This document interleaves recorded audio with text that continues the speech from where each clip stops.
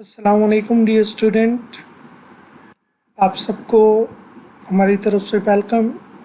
आज हम जिस प्रोग्राम को सॉल्व करने जा रहे हैं वो यूनिवर्सिटी ऑफ सरगोदा का 2019 का टर्म सिस्टम का पास पेपर है, जिसमें से क्वेश्चन नंबर 3 को हम सॉल्व करेंगे। जिसके अंदर अगर आप क्वेश्चन पढ़ें तो क्वेश्चन के अंदर गिवन है कि write a program that store 10 value in an array of type integer. आपने एक पहले इसको पूरा पढ़ लेते हैं और फिर एक सेंटेंस को समझने की कोशिश करते हैं कि सेंटेंस को the array and its size is pass to the user defined function that find the sum of all those value which are less than the average of all value of the array. The sum is displayed by the main function. देखें, ये हमारे पास पूरी यानी पूरा problem given है जिसको हमने समझना है और सॉल्व करना है।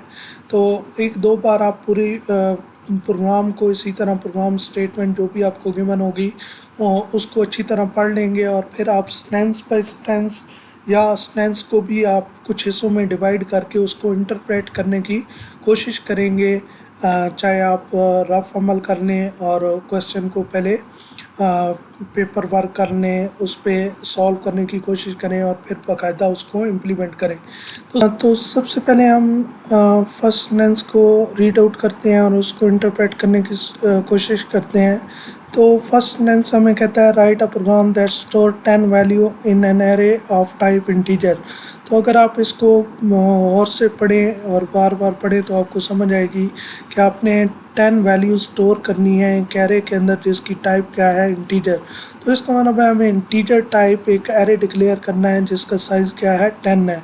मैं ऑलरेडी इस प्रोग्राम को इम्प्लीमेंट कर चुका हूँ। तो सबसे पहले जो सेंटेंस हमें कह रहा है वो ये कह रहा है कि आपने इंटीजर टाइप एक एरे बनाना है। तो मैंने उसकी डेटा टाइप इंटीजर ली, उसका नाम ARR रख दिया, जो मर्ज़ी आप नाम रख दें। और उसके बाद यहाँ पे साइज़ आप डायरेक्टली भी यहाँ पे 10 लिख सकते हैं। आप चाहें तो डायरेक्टली यहाँ पे क्या कर सकते हैं, 10, क्योंकि आपको यहाँ पे क्या देना होता है, साइज़। मैंने यहाँ पे साइज़ क्यों लिखा हुआ है, क्योंकि मैंने इसको कांस्टेंट बनाया हुआ है। और इस कांस्टेंट को यूज़ करने का मुझे फ़ायदा क्या होगा कि एक तो साइज़ की वैल्यू मैं कहीं गलती से अपडेट नहीं कर सकता नीचे जाके, और दूसरा फ़ायदा ये होगा कि मैं जहाँ जहाँ 10 यूज़ करना है वहाँ वहाँ मैं क्या कर लूँगा, इस साइज़ को यूज़ कर लूँगा। आप यहाँ भी चाहें तो क्या कर सकते हैं, %d, और यहाँ भी आप साइज़ यूज़ कर सकते हैं। तो जहाँ जहाँ आपका ये यूज़ हो रहा है आप इस साइज़ को क्या कर सकते हैं, यूज़ कर सकते हैं। उसका दूसरा फ़ायदा ये होगा कि आपको कल को ये 10 वैल्यूज़ नहीं बल्कि 100 वैल्यूज़ या 20 वैल्यू या 30 वैल्यू के लिए यही सेम प्रोग्राम कन्वर्ट करना पड़ता है। तो आपको हर जगह जाके चेंज नहीं करना पड़ेगा, आप जस्ट यहाँ पे क्या कर देंगे, 10 की जगह 20 या 30 पुट कर देंगे, ठीक है। तो इसलिए मैंने यहाँ पे ये कांस्टेंट डिक्लेयर करके यहाँ पे साइज़ को यूज़ किया है। तो आप जस्ट अगर आप अपनी प्रैक्टिस के लिए करना चाहें तो आप डायरेक्टली यहाँ पे 10 भी यूज़ कर सकते हैं, साइज़ को आप इग्नोर कर सकते हैं। तो पहली लाइन में हमने एरे डिक्लेयर करना था जिसका साइज़ क्या होना था, 10। उसके बाद जो है नेक्स्ट अगर स्टेटमेंट को रीड आउट करें तो the array and its size is pass to the user defined function. तो पूरी आप सेंटेंस को पढ़ें और कन्फ्यूजन में चले जाएं, बेहतर है आप इसको हाफ पढ़ लें और उसको समझ लें। तो इसमें कहता है the array and its size is pass to the user defined function. तो इसमें कहता है कि आपने एक यूज़र डिफाइंड फंक्शन बनाना है जिसको दो वैल्यूज़ पास होंगी, एक एरे और दूसरा उसका साइज़। तो अगर हम इसको इम्प्लीमेंट करें तो इसको इम्प्लीमेंट करने के लिए अगर मैं देखूं तो अभी जो बात मुझे समझ आती है, मुझे रिटर्न टाइप की समझ नहीं आती कि रिटर्न टाइप क्या होगी। आप अभी के लिए रिटर्न टाइप सपोज कर सकते हैं कि यहाँ पे क्या है, वाइड, और आपने एक यूज़र डिफाइंड फंक्शन बनाना है तो उसका आपने कोई ना कोई नाम देना है। तो नाम जैसे मैंने सम ऑफ एरे दिया हुआ है क्योंकि इससे मिलता जुलता है जो प्रॉब्लम है गिवन है हमें, आप अपनी मर्ज़ी से कोई भी नाम यहाँ पे दे सकते हैं। और हमें ये स्टेटमेंट से क्लियर हो रहा है कि हमने दो चीज़ें पास करनी है, एक एरे और दूसरा साइज़। तो मैंने यहाँ पे दो पैरामीटर लिए हैं, एक एरे के लिए और दूसरा साइज़ के लिए। एस के अंदर यानी साइज़ की वैल्यू आएगी जो कि 10 है और यहाँ पे एरे की वैल्यूज़ हमारे पास आएंगी। उसके बाद अगर आप देखें तो यहाँ पे अगर आप रीड आउट करें कि आपने जो एरे और साइज़ जो है वो यूज़र डिफाइंड फंक्शन को देना है, तो यहाँ पे उसके बाद अगर आप स्टेटमेंट पढ़ें तो कहता है that find the sum of all those values which are less than the average of all values of the array. अब देखें, आप इस नेक्स्ट स्टेटमेंट पे जाने से पहले आप ये पिछली स्टेटमेंट पढ़ें, the array and its size is pass to the user defined function. तो इसका मतलब है हमने एरे जो है वो मेन फंक्शन से पास करना है यूज़र डिफाइंड फंक्शन को। तो इसका मतलब है एरे की जो वैल्यूज़ हैं वो हमें कहाँ लेनी होंगी, मेन फंक्शन में लेनी होंगी, तभी हम वैल्यूज़ पास करेंगे ना यूज़र डिफाइंड फंक्शन को। तो हम क्या करते हैं कि ये जो हमारा मेन फंक्शन यानी ये लाइन लिखने के बाद हम मेन फंक्शन में आ जाएंगे, क्योंकि हमें समझ आती है उस एक लाइन से कि हमें वैल्यूज़ पास करनी है यूज़र डिफाइंड फंक्शन को एरे की। तो वो जो एरे पूरा पास करना है उसके अंदर वैल्यूज़ हमने मेन फंक्शन में लेनी है। तो हम क्या कर सकते हैं, यहाँ पे वैल्यूज़ लेने के लिए हमने प्रिंट एफ स्टेटमेंट लिखी ताकि यूज़र को नज़र आए कि उसने कुछ वैल्यूज़ इंटर करनी है। एक हमारे पास तरीकाकार क्या है कि आप डायरेक्टली भी यहाँ पे इनिशियलाइजेशन भी कर सकते हैं, यानी 10 वैल्यूज़ आप यूज़र को ऐसे कामा सेपरेशन के साथ दे दें तो 10 वैल्यूज़ यूज़र को नहीं सॉरी एरे को दे दें तो एरे में जाके स्टोर हो जाएंगी और उसके बाद आप जस्ट फंक्शन कॉल कर लेंगे। लेकिन बेटर वे क्या है कि आप क्या करें कि यूज़र से वैल्यूज़ ले लें यूजिंग कीबोर्ड। तो उसके लिए हमने प्रिंट एफ लिखा। आपको पता है कि जब भी यूज़र से वैल्यू लिखनी होती है तो प्रिंट एफ इसलिए यूज़ करते हैं ताकि यूज़र को एक मैसेज डिस्प्ले हो, ताकि पता चल सके उसने यहाँ पे कोई वैल्यूज़ इंटर करनी है। तो इंटर परसेंटेज डी की जगह साइज़ आ जाएगा, यानी साइज़ के अंदर 10 है तो इंटर 10 इंटीजर वैल्यू यूज़र को मैसेज डिस्प्ले होगा। और फिर हमने लूप लगाया इसलिए क्योंकि ये स्कैन एफ हमें 10 बार लिखना पड़े, हमने लूप लगा दिया कि 10 वैल्यूज़ के लिए ये रिपीट हो जाए।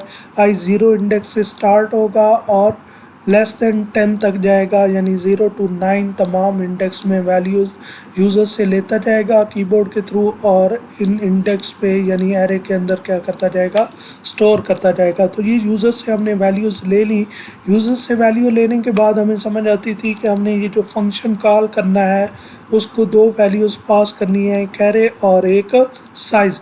तो मैंने फंक्शन कॉल यहाँ पे किया हुआ है और फंक्शन कॉल के अंदर देखें, आप अभी इस चीज़ को इग्नोर कर दें क्योंकि ये अभी हमने नहीं पढ़ी स्टेटमेंट, यानी हमने उसको इंटरप्रेट नहीं किया, बाद में पढ़ के उसको समझेंगे।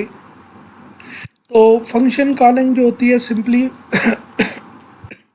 सॉरी फंक्शन कॉलिंग फंक्शन का नेम होता है और उसके बाद जो पैरामीटर्स हमने देने होते हैं वो देते हैं। तो इसमें पहला था एरे, तो एरे हमने यहाँ पे दिया। एरे को पास करने के लिए हमेशा याद रखिएगा कि एरे का नाम हम क्या करते हैं, एज आ पैरामीटर पास करते हैं। उसके बाद यहाँ पे दूसरा जो आर्गुमेंट है वो साइज़ है, तो वो हमने साइज़, तो इसका मतलब है एरे की जितनी भी वैल्यूज़ हैं, जब पूरा एरे है वो इसको मिल जाएगा और जो साइज़ की वैल्यू है वो इस एस को मिल जाएगी।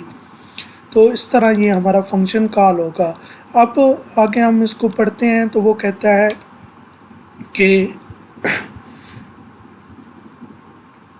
User defined function that find the sum of all those values. हमने सम करना है तमाम वैल्यूज़ का, ठीक है, हमने तमाम वैल्यूज़ का सम करना है विच आर। अब यहाँ पे देखें कंडीशन आ रही है विच आर लेस दैन, यानी हमने तमाम वैल्यूज़ एरे की तमाम वैल्यूज़ का सम नहीं करना, हमने उन तमाम वैल्यूज़ का सम करना है जो इस कंडीशन पे पूरी उतरेंगी। तो कौन सी कंडीशन है, which are less than the average of all value of the array. यानी इसका मतलब है हमें सबसे पहले तो क्योंकि एवरेज तो हमें गिवन तो नहीं है या हम यूज़र से एवरेज तो नहीं ले रहे, तो सबसे पहले तो एरे के अंदर पड़ी हुई वैल्यू का हमने एवरेज कैलकुलेट करना है और फिर उसके बाद हमने चेक करना है कि कौन कौन सी वैल्यूज़ जो हैं वो एवरेज से बिलो हैं। और जितनी एवरेज से बिलो वैल्यूज़ होंगी उनको हम क्या करते जाएंगे, सम करते जाएंगे। तो सबसे पहले तो हम क्या करते हैं, एवरेज कैलकुलेट करते हैं। तो एवरेज कैलकुलेट करने के लिए हम यूज़र डिफाइंड फंक्शन की डेफिनेशन में आ जाते हैं। ये हमने प्रोटोटाइप लिखा था यूज़र डिफाइंड फंक्शन का, और फंक्शन को डिफाइन हमने मेन के बाद किया। तो मेन के बाद वही सेम नेम फंक्शन का, वही दो पैरामीटर, और उसके बाद उसकी बॉडी फंक्शन डिक्लेरेटर लाइन कह लें या प्रोटोटाइप कह लें। इसमें हमारी साथ में बॉडी नहीं होती, और यहाँ पे क्या आता है, सेमीकोलन। और इसमें फंक्शन हेडर के बाद सेमीकोलन नहीं आता, उसके बाद बॉडी आती है। तो अब देखें कि अब हमने वहाँ क्वेश्चन से समझ लिया कि सबसे पहले हमने एवरेज फाइंड आउट करनी है। तो एवरेज आपको पता है कि एवरेज कैसे फाइंड आउट होती है, sum of all given value divided by total number of values. तो जितनी हमारे पास जितना उनका सम आएगा, यानी एरे के अंदर अब 10 वैल्यूज़ हैं, तो 10 वैल्यूज़ का जो सम होगा उसको डिवाइडेड बाय 10 करेंगे तो हमारे पास एवरेज आ जाएगी। तो अब देखें, इस सम लेने के लिए हमने और एवरेज लेने के लिए दो वेरिएबल ले लिए, एक एवरेज के नाम से और एक सम, क्योंकि हमने ये दोनों चीज़ें कैलकुलेट करनी है। और सम तो हमें दो बार कैलकुलेट करना है, पहली बार एवरेज के लिए और फिर हमने उन वैल्यूज़ का सम करना है जो एवरेज से लेस देन होंगी। तो देखें यहाँ पे हमने क्या किया कि सबसे पहले तो हमने सम कैलकुलेट किया। तो सम कैलकुलेट करने के लिए हमने लूप लगाया, क्योंकि हम तमाम इंडेक्स के लिए खुद से लाइन लिखें, ये बार बार 0 इंडेक्स फिर 1 इंडेक्स 2 इंडेक्स। तो हमने लूप लगा दिया कि 0 से ये लेस दैन 10 तक चलेगा, यानी 9 तक चलेगा, और तमाम जो एरे की वैल्यूज़ हैं वो सम में ऐड करता जाएगा। देखें, ये फर्स्ट टाइम चलेगा तो एरे ऑफ 0 की जो वैल्यू होगी, यानी 0 इंडेक्स पे जो वैल्यू पड़ी होगी वो सम के अंदर ऐड होगी। तो सम में बाई डिफ़ॉल्ट 0 है, तो यहाँ पे सम के अंदर क्या आ जाएगा, वही वैल्यू आ जाएगी जो 0 इंडेक्स पे पड़ी होगी। नेक्स्ट जो 1 इंडेक्स पे वैल्यू पड़ी होगी वो सम में ऑलरेडी पड़ी हुई वैल्यू के अंदर ऐड हो जाएगी, और इस तरह ये एडिशन हमारी कंप्लीट हो जाएगी। उसके बाद हमने क्या किया कि जस्ट जो साइज़ हमारा है एस के पास, वो हमने डिवाइड कर दिया सम पे, तो हमारे पास एवरेज आ गई कि एवरेज इन तमाम की कितनी आती है।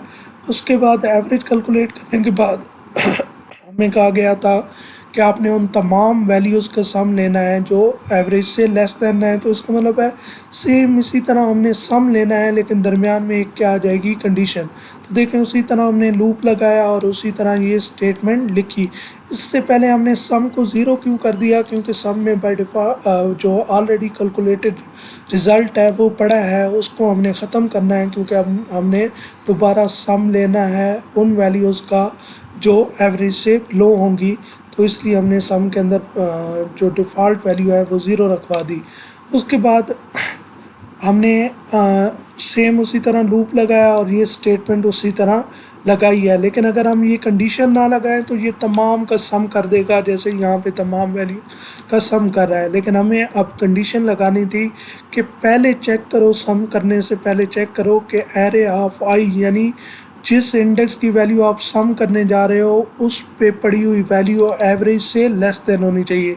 अब एवरेज से लेस देन होगी तो ये कंडीशन क्या हो जाएगी, ट्रू, और ये स्टेटमेंट चलेगी। तो इसका मतलब है जस्ट वो वाली वैल्यूज़ क्या होंगी, ऐड होंगी सम के अंदर जो एवरेज से बिलो होंगी। उसके बाद अगर आप यहाँ तक हमने कर लिया तो यहाँ आगे रीड आउट करें तो कहता है the some is display by the main function. तो आपने जो सम डिस्प्ले करवाना है वो मेन फंक्शन में करवाना है, इस यूज़र डिफाइंड फंक्शन में नहीं करवाना। तो जब भी ऐसी स्टेटमेंट होती है तो हमें रिटर्न करनी होती है वैल्यू। तो इस सम की वैल्यू रिटर्न करनी है, तो रिटर्न करने के लिए हमें पता है कि हम at the end of the function हम रिटर्न की स्टेटमेंट लिखते हैं, और जिस वेरिएबल को या जिस वैल्यू को हमने रिटर्न करना होता है रिटर्न के बाद लिखते हैं। तो अब सम की वैल्यू यहाँ से रिटर्न होगी, तो लाजमी बात है हमारा यहाँ पे वॉइड नहीं होना चाहिए, क्योंकि ये सम जो है इंटीजर टाइप है, तो हमें रिटर्न टाइप भी क्या रखनी है, इंटीजर। इसलिए हमारी यहाँ पे भी क्या थी, इंटीजर प्रोटोटाइप के अंदर, क्योंकि रिटर्न हमारी वैल्यू हो रही है। अब यहाँ पे जो फंक्शन कॉल हो रहा है तो याद रखिएगा, ये लाइन लिख के रख लें कि जब भी फंक्शन कॉल होगा और वो वैल्यू रिटर्न कर रहा होगा तो आप उसको कभी भी ऐसे सिंपल कॉल नहीं कर सकते, या तो उसको डायरेक्टली आप क्या करें, प्रिंट एफ के अंदर लिखते हैं, यानी ये पूरी स्टेटमेंट मैं उठाऊँ और यहाँ पे लिख दूँ, ठीक है। या प्रिंट एफ के अंदर लिखी जाती है जब फंक्शन वैल्यू रिटर्न कर रहा होता है, या उसके साथ असाइनमेंट ऑपरेटर को यूज़ किया जाता है। जैसे अभी मैं यूज़ कर रहा हूँ तो मैंने यहाँ पे सम, लाजमी नहीं है सम वेरिएबल लूँ, यहाँ एक्स वाई जी कुछ भी वेरिएबल रख सकता हूँ। इस वेरिएबल का और इस वेरिएबल का आपस में लेना देना कुछ भी नहीं है। जस्ट जो वैल्यू ये वाला फंक्शन वहाँ से लेके आएगा वो वैल्यू यहाँ पे स्टोर हो जाएगी, और फिर उस वैल्यू को मैंने यहाँ पे डिस्प्ले कर दिया है। तो इसको हम रन करके देखते हैं कि ये हमारा सही रन हो रहा है या नहीं। तो हम वैल्यूज़ यहाँ पे देते जाते हैं कुछ।